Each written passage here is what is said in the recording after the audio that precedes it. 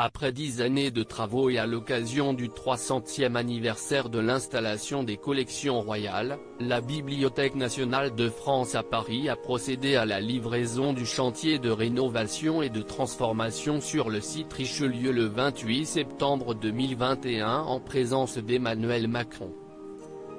Le chef d'État a tenu à répondre présent pour ce grand événement, qu'il a pu partager avec son épouse Brigitte Macron et la ministre de la Culture Roselyne Bachelot.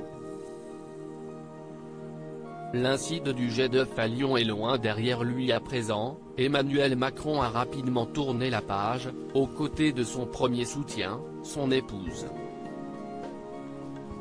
Impeccable dans son tailleur bleu nuit accompagné d'un foulard, l'ancienne professeure de français devait être émue et ravie de se trouver dans la monumentale bibliothèque parisienne.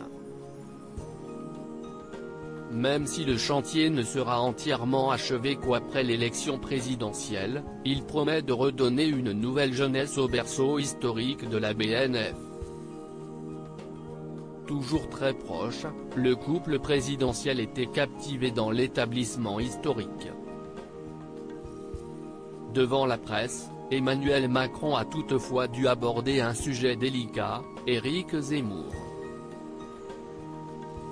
En effet, s'il n'a pas voulu le nommer, le chef d'État a clairement critiqué les positions du polémiste presque candidat à l'élection. Nous nous posons souvent dans le débat politique la question de notre identité. Mais notre identité ne s'est jamais bâtie ni sur le rétrécissement, ni à des prénoms ni à des formes de crispation. Notre pays, notre nation a été bâtie par deux institutions, l'État et la langue. Une langue dont l'épicentre aujourd'hui n'est plus sur ces rives de la Seine mais d'en doute bien davantage vers le bassin du fleuve Congo. Emmanuel Macron a salué en revanche dans la BNF un épicentre de notre histoire et l'invention du dépôt légal, un modèle dans le monde, pour constituer une mémoire commune. Je veux rendre hommage à Nicolas Sarkozy et François Hollande qui ont tous deux posé les fondements de ce projet, a-t-il relevé.